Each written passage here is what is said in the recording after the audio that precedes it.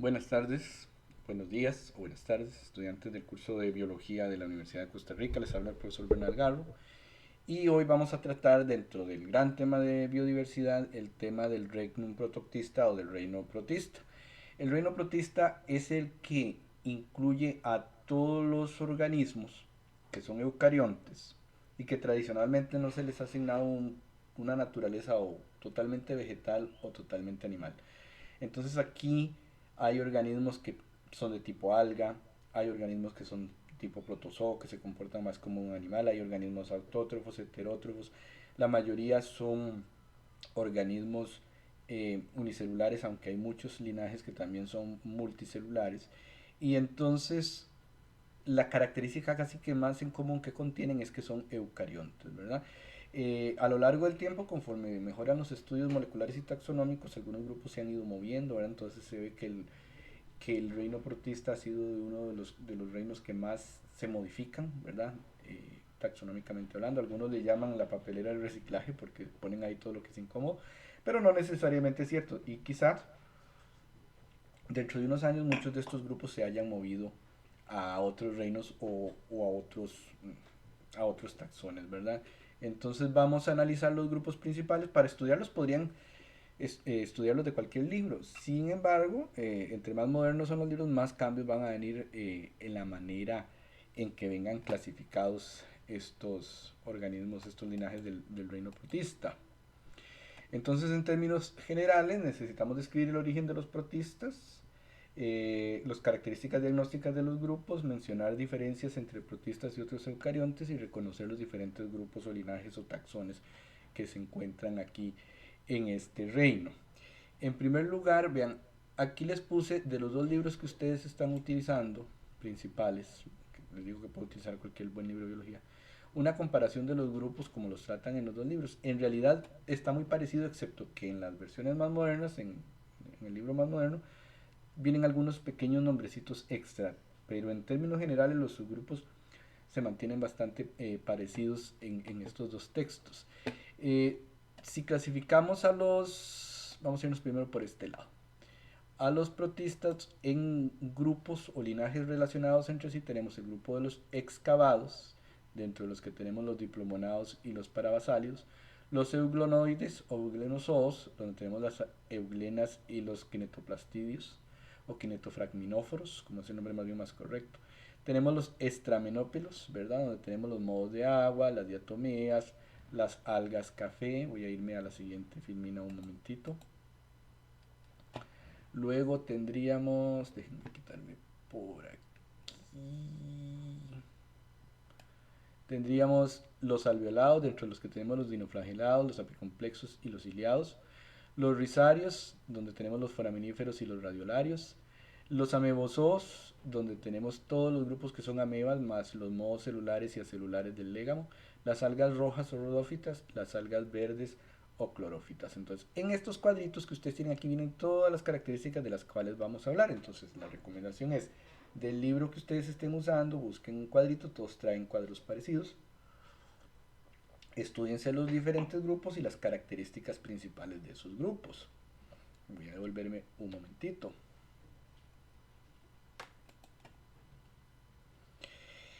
En el otro libro, el que es un poquito más moderno, viene un árbol parecido a este, ¿verdad? Este arbolito, pues vean que los grupos corresponden. Sin embargo, hay otras agrupaciones más grandes que los grupos básicos que vimos. Por ejemplo, dentro del grupo excavata tenemos a diplomonados, parabasálidos, tripanosomas, o sea, kinetofragminóforos o kinetoplastidios, como aparecen en otros libros, y los euglenozoos. Todo este grupo se llama excavata porque se caracterizan porque las células tienen un surco que sirve para alimentación. A veces en ese surco están los flagelos o la base de los flagelos, o tiene ese surco alguna función para la nutrición.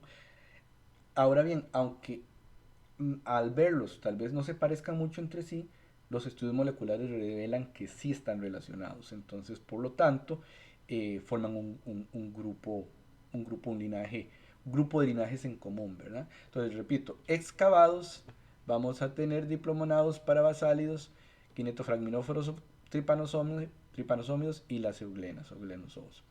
Luego hay un gran grupo que se llama SAR. SAR es por la primera letra de estramenópilos, alveolados y rizarios, de ahí viene SAR. Entonces ahí están relacionados los rizarios, que son como amebas acuáticas que tienen caparazones ya sea de carbonato de calcio o de silicio y que se llaman foraminíferos y radiolarios. Eh, Luego tenemos el grupo de los alveolados o alveolata, donde están los ciliados, dinoflagelados y los apicomplexos. Luego tenemos los estramenópilos, donde están los eh, mohos acuáticos o micetos, ¿verdad? Las diatomeas o basilarófita y las feófitas o algas pardas. Luego tenemos otro grupo dentro del cual van a aparecer las algas rojas, las algas verdes, un grupo lateral que va a las plantas y finalmente las amebas y los mohos celulares y acelulares del légamo, donde este grupo es hermano de los hongos, de los cuanoflagelados y de los animales. Entonces vamos a hablar un poquito de características de todos estos grupos y vamos a irlas ahí pues desmenuzando. Vean que aquí tenemos el árbol filogenético de los eucariontes y de los dominios procariontes. Recuerden que del Luca, o último ancestro común universal, bifurcaron hacia el dominio arquea una línea de evolución y otra línea de evolución continuó junta, desarrolló DNA con histonas. De esta línea ancestral que desarrolló DNA con histonas, ya con histonas, porque las bacterias del dominio bacteriano tienen histonas, son proteínas no histónicas las que tienen en su cromosoma, bifurcó de nuevo hacia el dominio arquea o las arqueas, llamadas arqueobacterias, y hay un desarrollo entonces aquí de envoltura nuclear, ya como tal, para dar origen al dominio eucaria o los eucariontes que tenemos aquí. Del dominio eucaria ocurre la simbiogénesis, ¿verdad? En donde las mitocondrias, en un evento de endosimbiosis primaria de las proteobacterias, se convierten en mitocondrias, así como tenemos los cloroplastos a partir de las cianobacterias, ¿verdad? Déjenme quitar por aquí un momento esta. Ok. Y entonces tenemos dentro de los eucariontes un montón de líneas. Aquí solo están los principales, ¿verdad?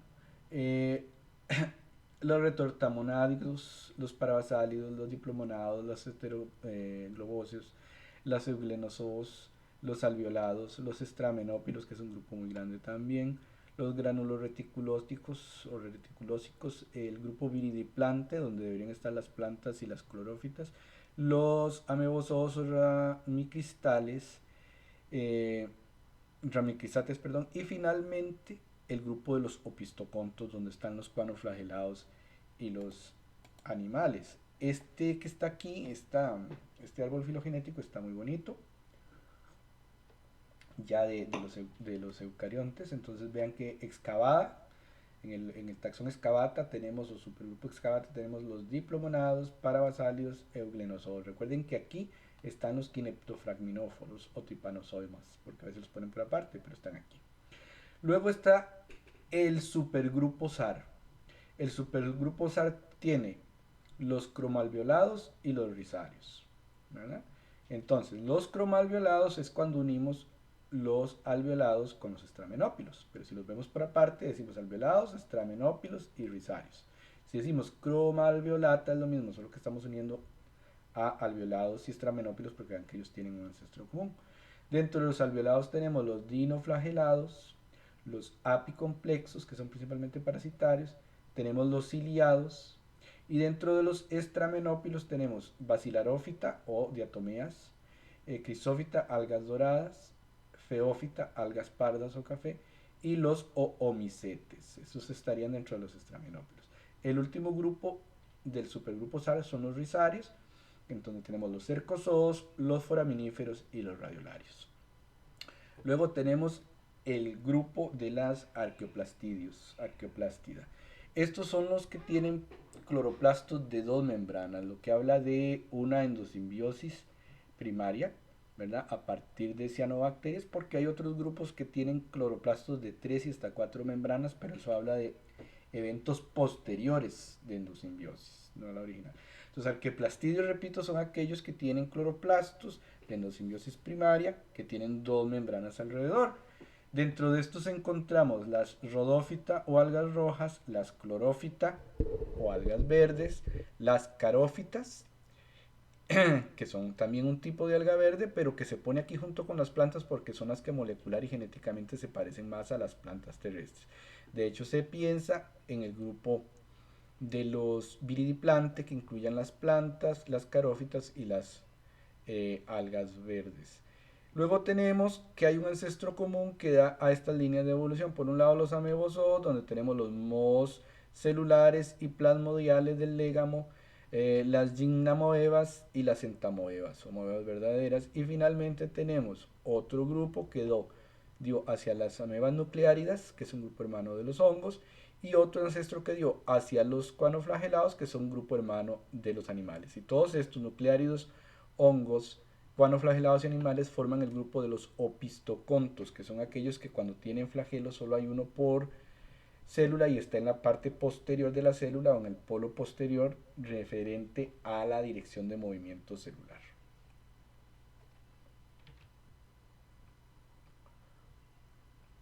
Aquí tenemos otro árbol filogenético del dominio en Eucaria, que se dividen, vean, en 6 grandes grupos o clados, ¿verdad? Vean que aquí está el superclado, supergrupo SAR, que contiene, dijimos, estramenópilos alveolados y rizarios, ¿verdad? Tenemos el grupo de los arqueoplastidios, que ya mencionamos, el grupo CCTH, ¿verdad? Por los componentes que tienen, criptomonados, bilífitos, rapiomonados, haplofíticos también. Tenemos el grupo de los amebozoos, el grupo de los opistocontos y el grupo de los excavados, ¿verdad? Como ya les dije, molecularmente hablando, el grupo SAR está compuesto así por tantos grupos porque ellos, aunque no se parezcan mucho por fuera, sí están relacionados genéticamente.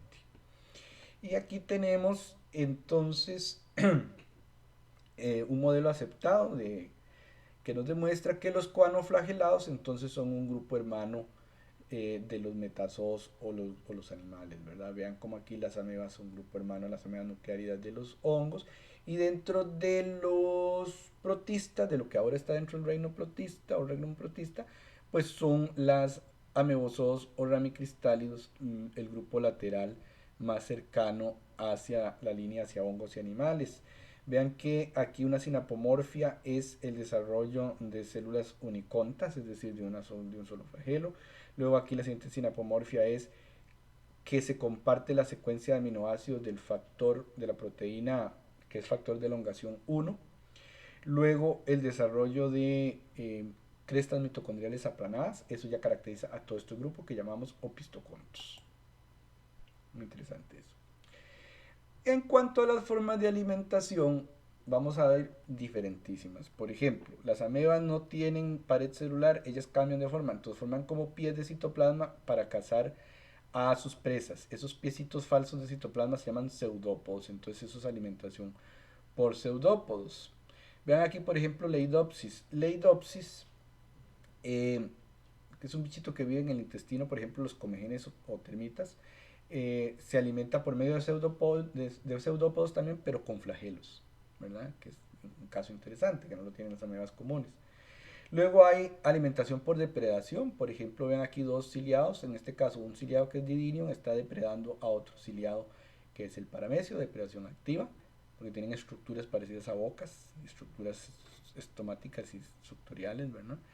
Tenemos también atrapamiento por medio de tentáculos, como en el caso de Podófira, eh, tranquilo, de Podófira, que está atrapando a los con tentáculos a sus presas.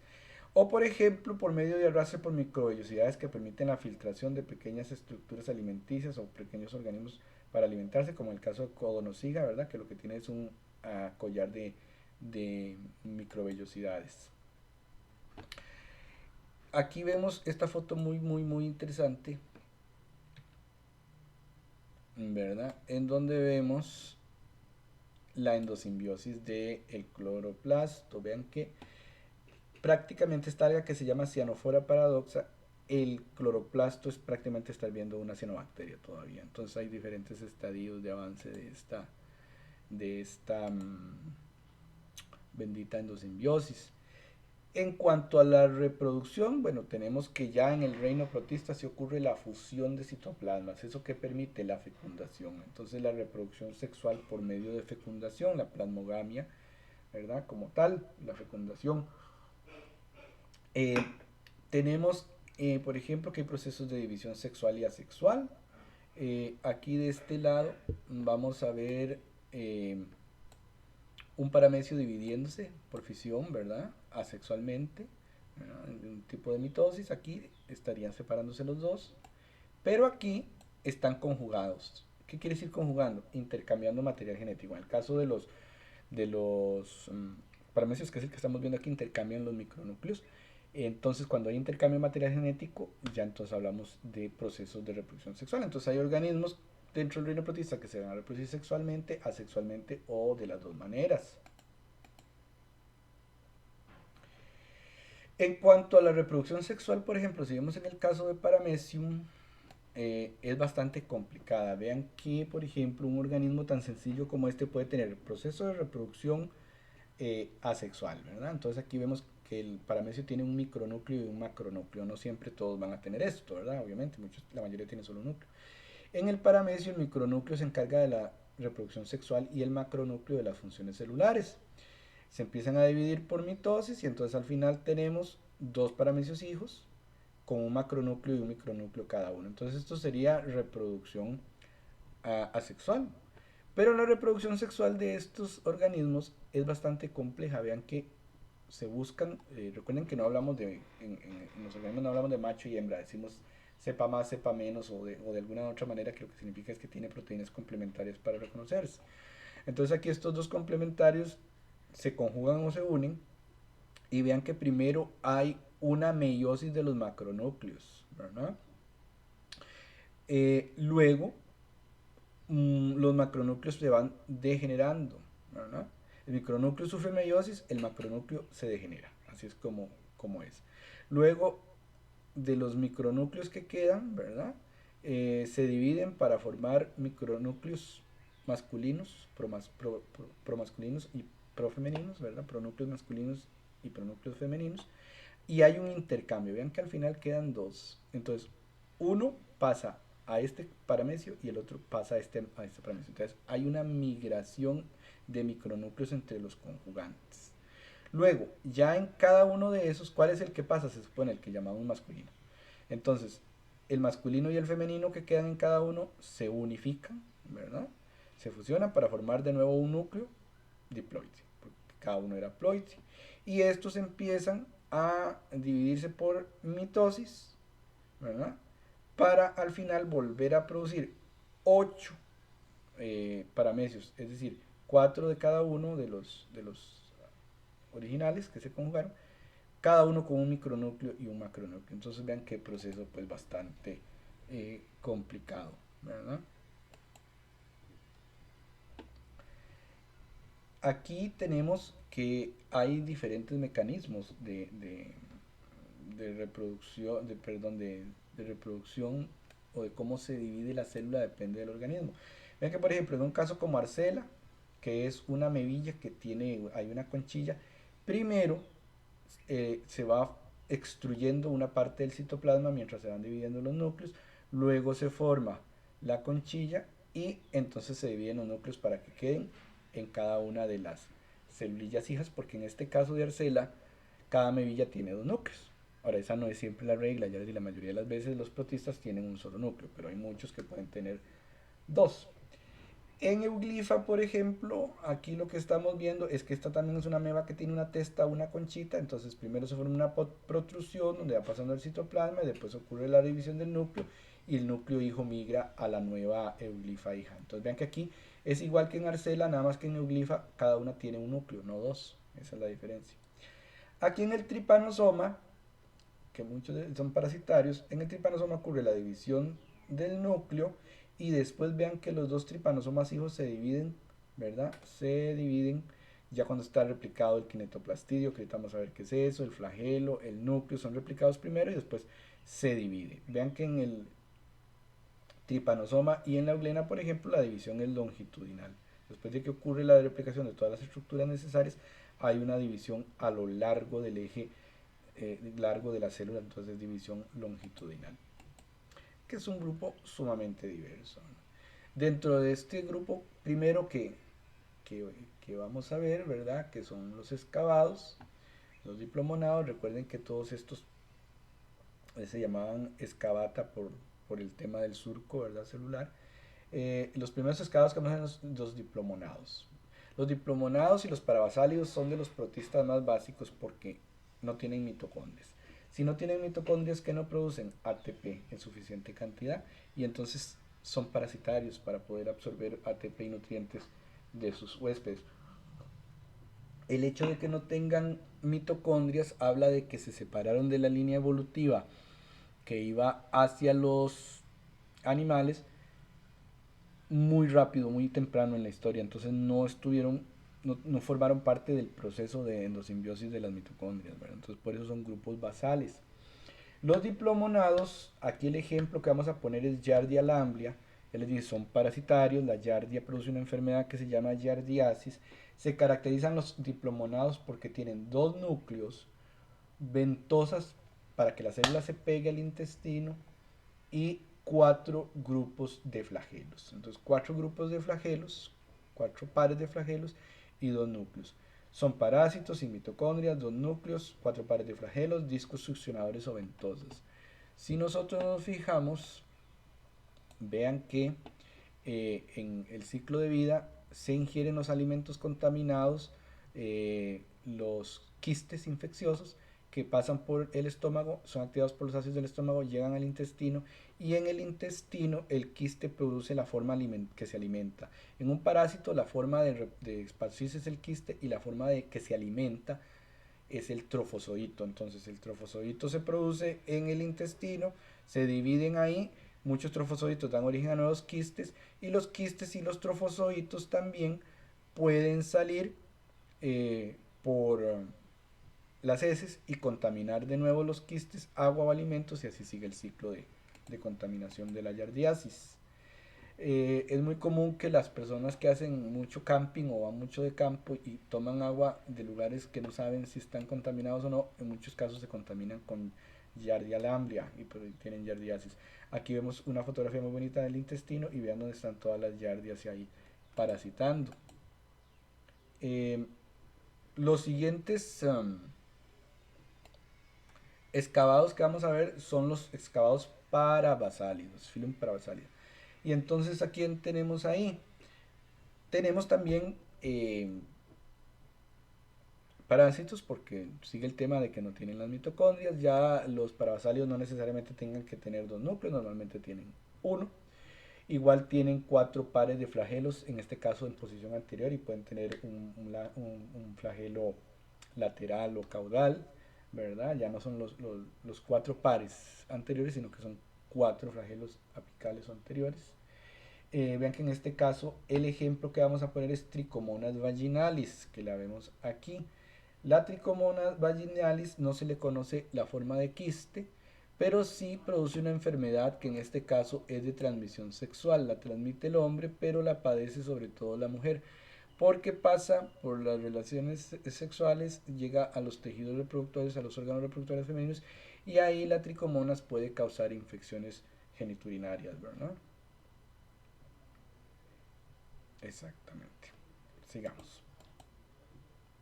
Aquí vemos una fotografía muy bonita de las yardias. Seguimos en excavata, pero ahora en euglenozoa. Los euglenozoos, euglénidos, euglenas, que son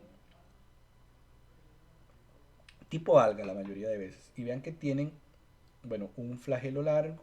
En realidad no es solo uno, pero tienen un flagelo largo. Tienen núcleo, nucleolo, y son ya estructuras bastante complejas. Vean que incluso tienen una mancha ocular. Veamos aquí esta otra imagen. Vamos a ver. Me disculpan porque estoy usando un programa distinto de videos, y entonces a veces es un poquito, mientras se acostumbra a uno, un poquito complicado manejarlo. Aquí tenemos el flagelo locomotriz que sirve para nadar. Vean que tienen una mancha ocular. Ya aparece por primera vez una mancha ocular. ¿Qué es una mancha ocular? es un conjunto gránulo de proteínas que permite detectar luz. ¿Qué estamos viendo que empezó ahí la evolución de qué?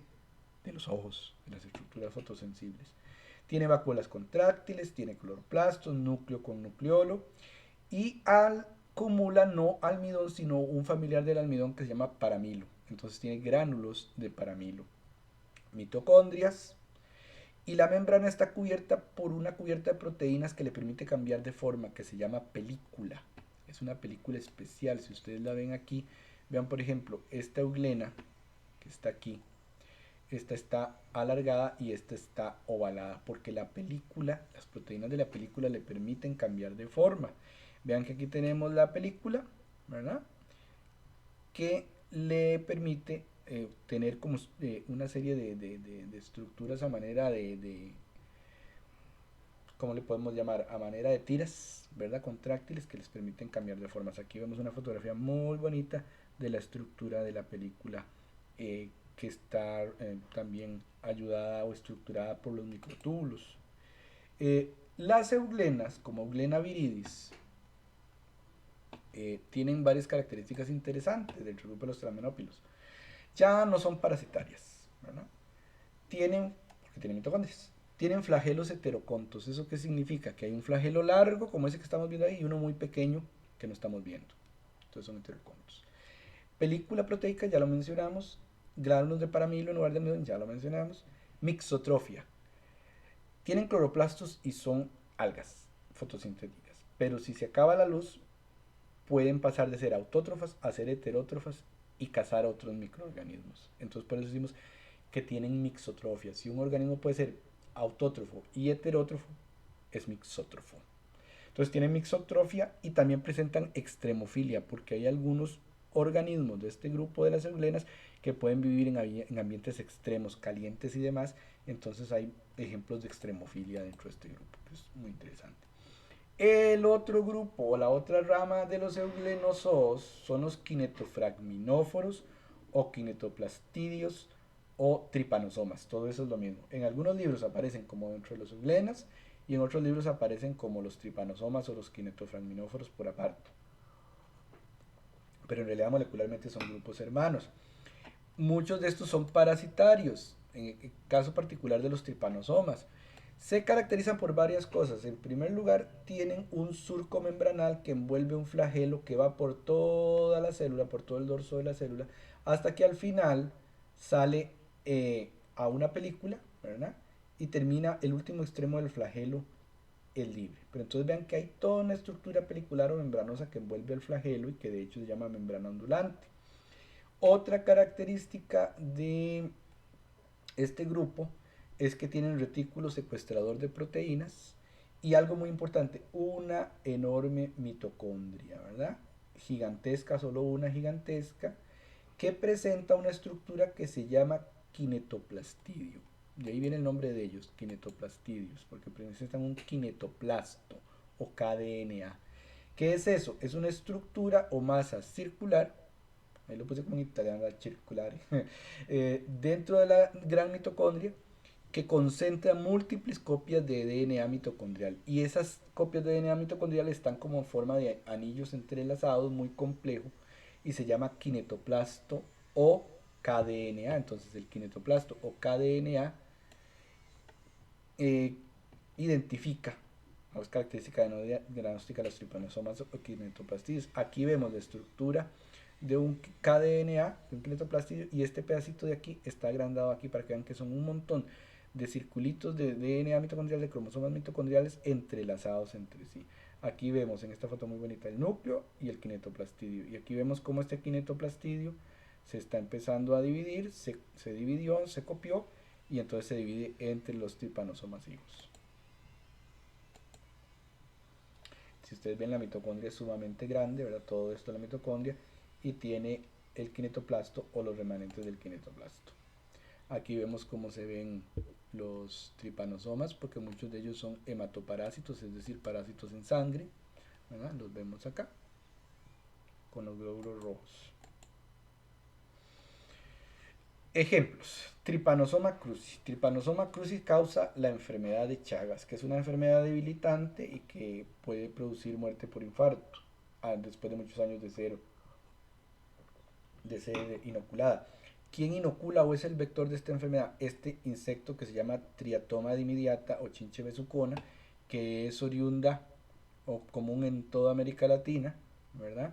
Y este bichillo lo que hace es que en sus glándulas salivales alberga al parásito, ¿verdad? Y entonces, cuando pica el humano, perdón, esto tiene esos parásitos en su sistema digestivo. Y la chinche besucona tiene como manía que cuando pica cerca de las regiones oculares, zonas suaves, y cuando pica en el mismo lugar donde muerde, defeca. Entonces, al defecar, pasa el tripanosoma, pasa el parásito en las heces de ella y se mete en la sangre de la persona que es picada. Esos animalillos, esos parásitos van a viajar por el cuerpo y se van a alojar en diferentes órganos, ¿verdad? Uno de los órganos donde les gusta alojarse a los tripanosomas, ¿verdad? Aparte de los músculos estriados, es el corazón. Y de ahí pues la enfermedad, ¿verdad? Que es transmisible gracias a este insecto. Cuando hay un organismo que transporta a un parásito, pero no es el principal hospedero de ese parásito, se llama un vector. Otro es el tripanosoma gambiense que produce la enfermedad del sueño, ¿verdad? ¿Quién es el vector ahí? La mosca tsetse que pica a la persona y le transmite el tripanosoma gambiense, ¿verdad? Que es sobre todo muy común en África, muy común en África. Y aquí vemos el ciclo de vida. Hay un ciclo de vida muy interesantes, ¿verdad? Que ellos pasan por estados como promastigotas, amastigotas, qué sé yo, trofozoitos, todo esto.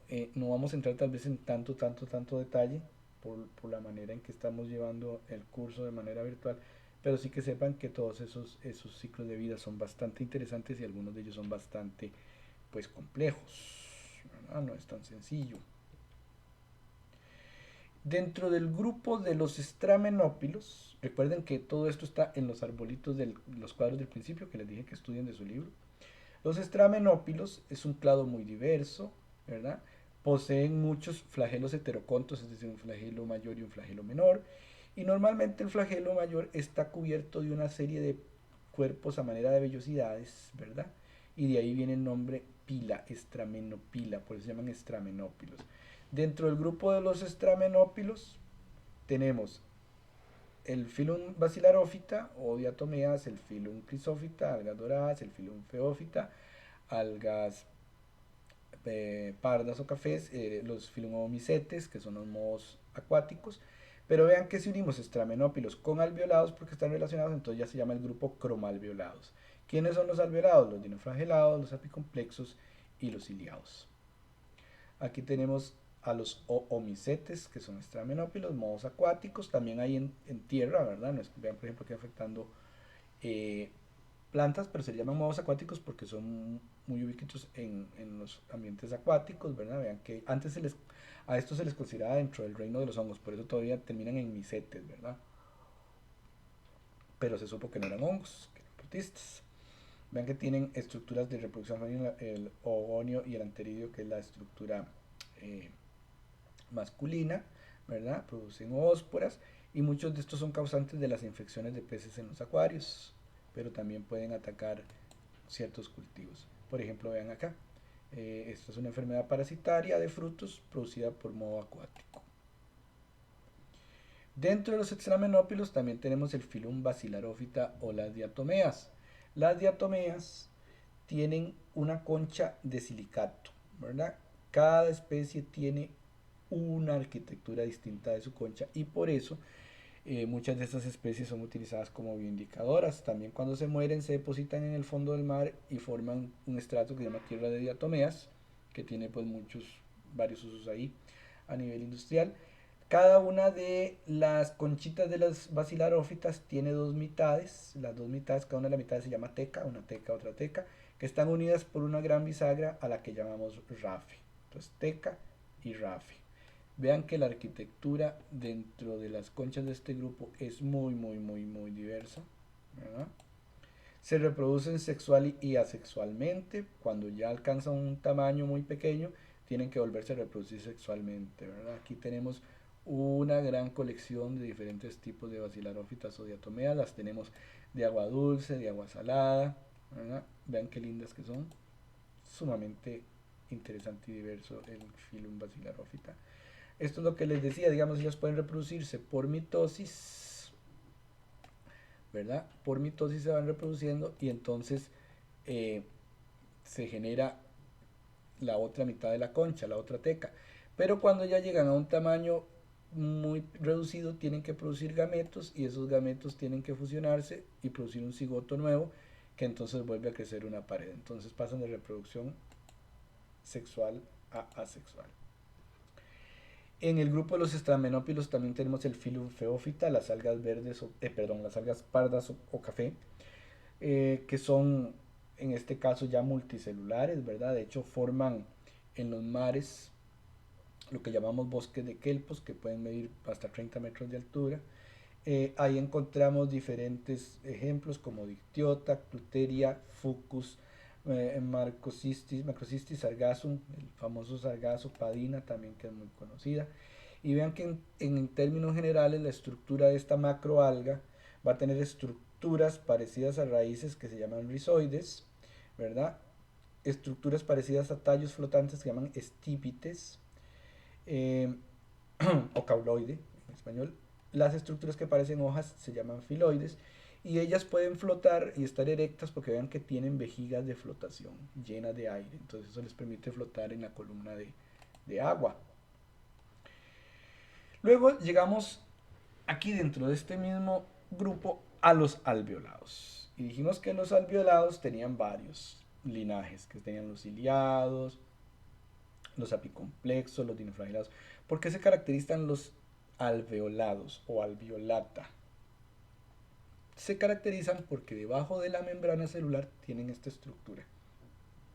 Una serie de pequeños saquitos a los que se llaman alveolos, ¿verdad? Vean que de estos saquitos surgen estructuras como los cilios, en el caso de los ciliados, ¿verdad? Y pueden estar asociados con tricocistos, que son células especializadas que producen eh, arpones con toxinas o arpones para cazar, ¿verdad? Que caracterizan a este grupo. Entonces, todos los que tienen estas estructuras como saquitos en la superficie se llaman alveolados. Vean aquí, aquí hay un flagelo, por ejemplo, se le va a hacer flagelo muy bonito en este corte y vean que aquí se ven los alveolos, ven que son como saquitos y aquí está la membrana celular. Entonces los que tienen alveolos se llaman alveolados. Dentro de los alveolados tenemos el Phylum Pyrrhophyta o dinoflagelados. Los dinoflagelados son los causantes de las famosas mareas rojas. Tienen paredes de celulosa y vean que ellos tienen un flagelo, hay un surco entre las dos mitades de la célula de la pared y ellos tienen un par de flagelos que están direccionados a 90 grados unos del otro. Entonces vean, ese surco se llama cíngulo, ¿no? El cíngulo y el surco. Y las dos mitades de la pared tenemos la epiteca, que es la parte superior, y la hipoteca, que es la parte inferior. Entonces, ejemplos de dinoflagelados, tenemos aquí algunos muy famosos como la Noctiluca, tenemos a ver otro, Ceratium es también muy, Gonjaulaux, todos esos son bastante conocidos. Ticodiscus no me parece que sea tanto, puede ser que sí. Y entonces aquí vemos, bueno, la misma estructura, en este caso el Peridinium cictum, ¿verdad? Entonces vemos la epiteca, la hipoteca, el cíngulo, ¿verdad? Y vean que aquí vamos a tener los puntos donde se insertan sendos flagelos, ¿verdad? Que sería una en una dirección y otro en otra dirección. Entonces ellos, al mover esos flagelos que están en direcciones así angulares, van como girando, ¿verdad? Aquí vemos, por ejemplo, Carenia y Gonjaulaux, que son causantes de mareas rojas, como tantas otras especies. Y la marea roja, aquí la vemos, ¿verdad? En lo más y mejor. ¿Qué es una marea roja? Es una floración. Cuando hay muchas algas de un tipo y colorean el ecosistema acuático donde están, se dice que es una floración. Entonces la marea roja es una floración de pirrófitos. También dentro de los alveolados tenemos el Phylum Apicomplexa, antes llamado esporozoos. Ahora se llaman apicomplexos porque tienen una estructura apical en la puntita que se llama complejo apical, con varias funciones, que es el complejo que tiene riópteras y demás.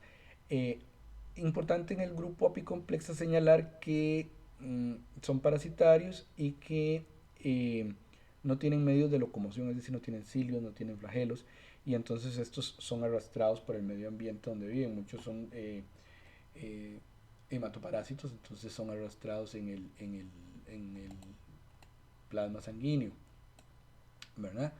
También tenemos diferentes formas durante el ciclo de vida parasitario, el ocinetos, ¿verdad? Esporozoitos, merozoitos. Aquí vemos el complejo apical, los conoides, las rióptrias, apicoplasto, tenemos mitocondrias, ¿verdad? No necesariamente un parásito no tenga mitocondrias, como en el caso de los parabasalios y los diplomonados que vimos.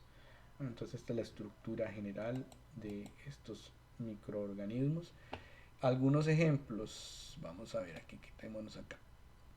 Toxoplasma gondii. Vean que el Toxoplasma gondii es el que causa la toxoplasmosis, ¿verdad? También tenemos al Plasmodium falciparum, ¿verdad? Que provoca la malaria. En el caso del Plasmodium falciparum, el vector que lo contamina al humano es el mosquito anófeles. Ese mosquito tan peligroso para tantas y tantas enfermedades como las que mencionamos en el caso del tema en el tema anterior que estábamos viendo.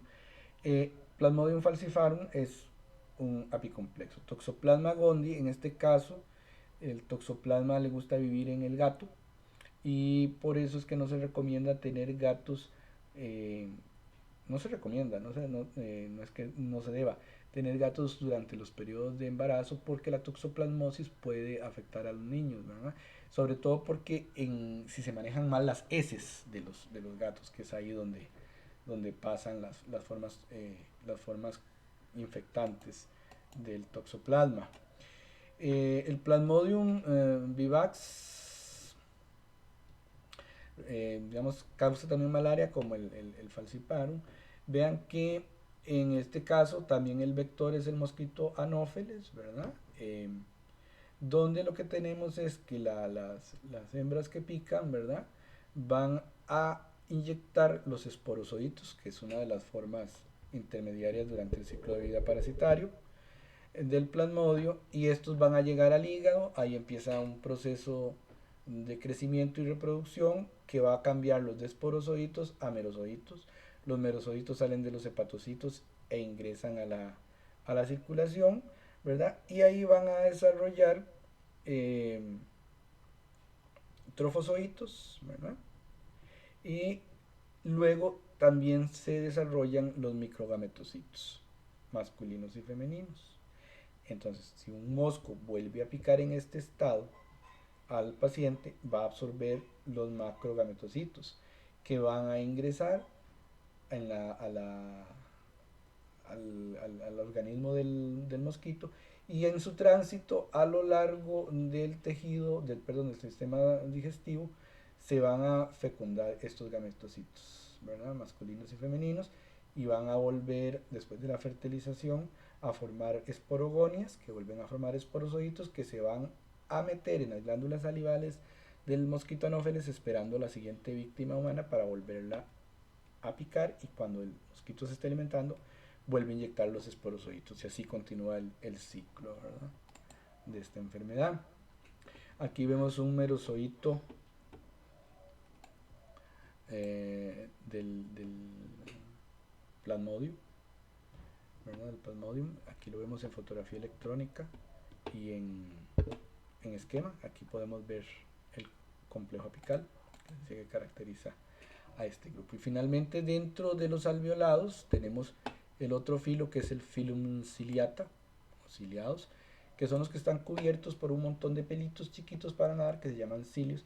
Aquí como ejemplo tenemos el género Paramecium. Vean que el Paramecium es una célula tan compleja que es como un organismo complejo de una sola célula. Entonces hay partes de las células especializadas en cumplir las funciones que cumplirían los órganos de un organismo multicelular, por ejemplo, vacuolas contráctiles para regular la cantidad de líquidos, ¿verdad? Y también para ayudar en la expulsión de desechos. Una estructura en forma de boca y que funciona como boca que se llama citóstoma, ¿verdad? Una citofaringe, ahí se acumulan los alimentos que entran como vacuolas digestivas, ¿verdad? Tenemos un citoprocto y un citopigio, que son los lugares que actúan como anos para expulsar desechos. Entonces vean que es bastante complejo. Aquí vemos la estructura de canales que se comunican con las vacuolas contráctiles, ¿verdad? Y aquí tenemos el, em, el poro de expulsión al exterior de los contenidos de esta vacuola. Tienen películas complejas los alveolados, ya lo dijimos. Vean que algunos tienen estructuras de tipo tricocisto que permiten, son células especializadas que producen arpones o toxinas, ¿verdad? Arpones proteicos para que se expulsan y sirven para la defensa o para atacar a otros organismos. Aquí tenemos, por ejemplo, el caso de Dinium de nuevo, un flagelado depredando a otro flagelado, que es el paramesio. Y luego tenemos el último grupo del supergrupo SARS, que son los rhizarios. Los rhizarios son como amebas que viven en ambientes marinos y que están recubiertas con conchas, ¿verdad? Entonces, los que están cubiertos por conchas de carbonato de calcio se llaman foraminíferos y los que están cubiertos por conchas de silicio se llaman radiolarios. También aquí la arquitectura de las conchas es sumamente diversa y muy bonita. Aquí vemos diferentes tipos de foraminíferos y aquí diferentes estructuras de estas conchitas. Vean que tienen varias cámaras, ¿verdad? Con suturas comunicadas, ¿verdad? Y que tienen poros. A través de los poros pueden salir los pseudópodos de la ameba que vive ahí adentro de esa conchita, ¿verdad? Entonces pueden alimentarse de esa manera, como lo vemos aquí. De hecho, cuando mueren, ellos pueden acumularse y formar, por ejemplo, estratos enteros. Aquí vemos los Dover Cliffs, que es en la costa de Inglaterra, donde toda esa materia blanca es de material que ha venido de foraminíferos a lo largo de miles de millones de años. Los radiolarios sería el mismo tema, nada más que la concha no es de carbonato de calcio, sino que es una concha de silicatos, ¿verdad? Prácticamente vidrio. Vean qué linda la cantidad de formas de arquitecturas distintas que tienen las conchas de los radiolarios. También están llenos de poritos por donde salen los pequeños pseudópodos de estos rhizarios, de estos radiolarios.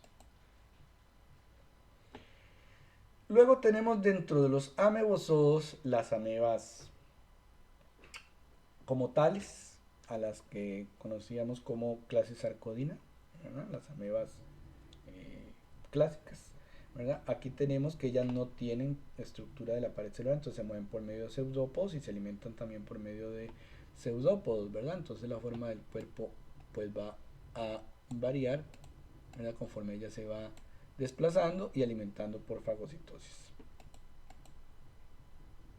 Dentro del grupo de los amebozoas, ¿verdad? No tenemos solo a los arcodinos o a las entamoebas, como algunos les llaman, sino que tenemos, por ejemplo, a los modos celulares y los modos acelulares del légamo. Estas son amebas que a veces se unen y forman una estructura como un moco enorme que se llama plasmodium. Si los núcleos están todos revueltos en una sola masa de citoplasma, es decir, tipos xenocíticos, se llama modo acelular. Si se conservan las membranas celulares y la masa se forma el plasmodio, pero está formado de células independientes, entonces se llama modo celular, pues hay modos acelulares y modos celulares del légamo. Este es un modo Fissarium, es un modo acelular. Vean que muchos de ellos tienen coloraciones muy bonitas. Cuando forman el plasmodio, ellos van caminando hasta que llega un momento en el que se detienen y empiezan a formar esporangióforos, esporangios y los esporangios esporas. Cuando revientan, las esporas caen a la tierra y de cada espora se va a formar una nueva amebilla que va a vivir ahí en vida libre un cierto tiempo hasta que vuelva a formarse el plasmodio, ¿verdad? Aquí vemos ese ciclo de vida. Entonces la amebilla, cuando llega el tiempo, empieza a reproducirse, se forma el plasmodio, El plasmodio migra por ahí, encuentra un lugar donde le gusta, forma esporangios. De los esporangios, ¿verdad? Se forman esporas y entonces las esporas caen a tierra y forman amebillas, ¿verdad? Vean que igual tenemos reproducción sexual y reproducción asexual, ¿verdad? Cuando, bueno, llamémosle gametos, como dice aquí, cuando dos gametos complementarios se unen, entonces pueden formar un cigoto, que es el que va a terminar desarrollando el plasmodium. Pero en este caso el plasmodium es multinucleado, ¿verdad? Tipo cenocítico. En cambio, en el caso de Dictyostelium discoideum, por ejemplo, este es un modo celular del legamo. Entonces ahí el plasmodio no es cenocítico, sino que las amebillas se unen y forman un plasmodio, pero hay membrana alrededor de cada núcleo. Entonces, el ciclo es parecido, ¿verdad? Puede reproducirse sexualmente o asexualmente. Y en el caso de formar el plasmodio va a llegar y también va a arrastrarse por el bosque hasta que encuentre un lugar donde va a formar sus cuerpos fructíferos. Véanlo acá. Estas son fotografías de diferentes estados de desarrollo del plasmodio. Vean que aquí a las 10 horas el plasmodio todavía es una masa de células.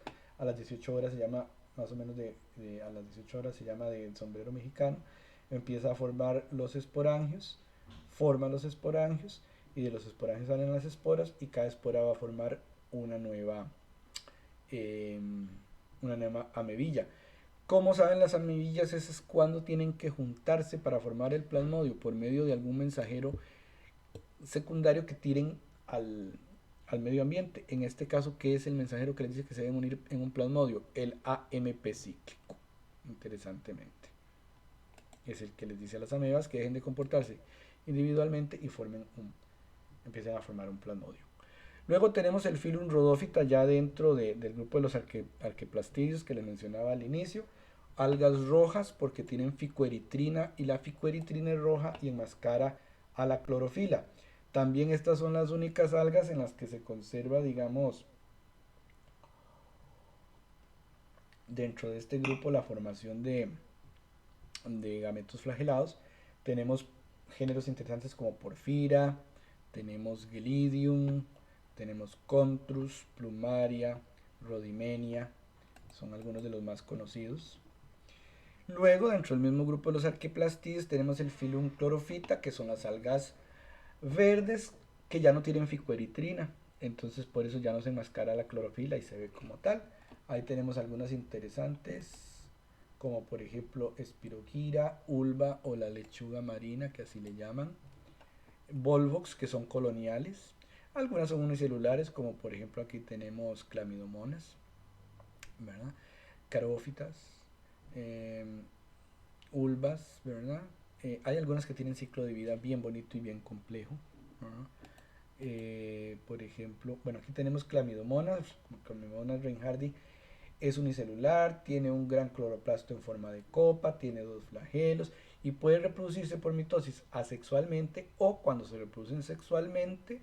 Vean que dos tipos complementarios que son haploides se unen formando un cigoto y el cigoto produce meiósporas, ¿verdad? Y cada una de esas meiósporas va a formar el individuo que puede volverse a reproducir asexualmente o puede reproducirse sexualmente.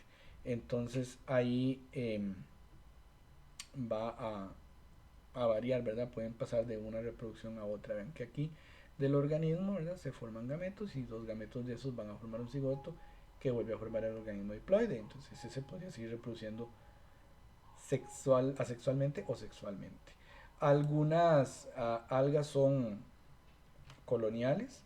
En este caso de Volvox se tiene que algunas células de la colonia solo hacen fotosíntesis, mientras que otras regiones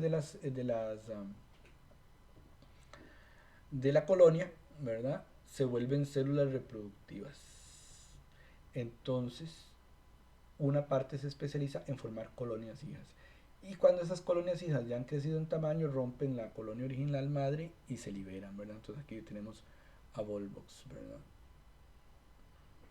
Muy bonitas también. Bien. Entonces ven que ya vamos viendo especializaciones celulares de tejidos. Ulva o la lechuga marina, ¿verdad? Vean que aquí vamos a tener un ciclo de vida complejo. Algunas algas tienen ciclos de vida pues bastante complejos. Vean que de la unión de gametos hay la fecundación, la formación de un cigoto diploide. Hasta el momento aquí no hay nada raro. Ese cigoto empieza a crecer por mitosis y va a formar un esporófito. Entonces tenemos alternancias de generaciones. En el esporófito por meiosis en los esporangios se van a producir eh, zoosporas, ¿verdad? Y vean que esas zoosporas pueden producir gametofitos masculinos o gametofitos femeninos. Entonces vamos a tener tres organismos que se ven igual, pero en realidad no es lo mismo, porque uno es diploide, otro es haploide gametofítico masculino y otro es haploide gametofítico femenino. Entonces tenemos un ciclo de vida bastante completo. El gametofito femenino va a producir gametos femeninos y el masculino gametos masculinos. Y estos se van a volver a fecundar y vuelve el ciclo. Entonces es, bueno, un ciclo de vida muy interesante y complejo. Dentro del grupo de los arqueplastidios, las que molecular, algas verdes que molecularmente y morfológicamente se parecen más a las plantas, incluso en la presencia de plasmodesmos, son las del género Cara, ¿verdad? Y aquí tenemos a Cara, digamos en el ordo Carales. Vean que son bastante bonitas estas algas, tienen anteridios, es decir, las estructuras masculinas que producen las células o gametos masculinos, y tienen oogonios, también muy bonitos, que es donde se producen las oocélulas o células femeninas, anteridio masculino, oogonio femenino, ¿verdad? Para producir sus gametos. Entonces ellas son molecularmente, aquí ya se ve, ya ahí, esta tiene un huevo ya, eh, de ellas son las que son molecularmente más parecidas a las plantas. De hecho, se quieren unir en un grupo con las plantas, que ya no se llame reino vegetal, sino que se llame viridiplante. Y entonces vean que viridiplante a quién tendría, aquí a las clorofitas, ¿verdad? Y también tendría a los estreptófitas. ¿Quiénes son las clorofitas? Las algas verdes, como las que acabamos de ver. Y entre las estreptófilas tendríamos los carales, ¿verdad? Junto con otros grupos acá, las carales y las embriófitas. ¿Quiénes son las embriófitas? Las plantas que producen embriones, es decir, las plantas terrestres, ¿verdad? Que son embriones multicelulares. Y de nuevo entonces regresamos al árbol del principio. Vean que entonces ya nos queda solamente analizar los grupos finales que dieron origen hacia hongos, que ya lo tenemos por ahí en la videoclase, plantas, que sería la única que nos falta ver dentro de este grupo de los arqueoplastidios, y el reino animal, que estaría dentro de los opistocontos. Espero que la videoclase les haya servido. Es bastante, obviamente, eh, amplio el tema, pero ustedes lo pueden ir llevando por secciones. Y sobre todo, muy importante, la recomendación que les hice al principio de estudiarse bien las características en los cuadros que resumen todos estos grupos de microorganismos, y después ir viendo uno por uno, igual que como hicimos en el video. Bueno, muchas gracias y nos vemos en la siguiente videoclase.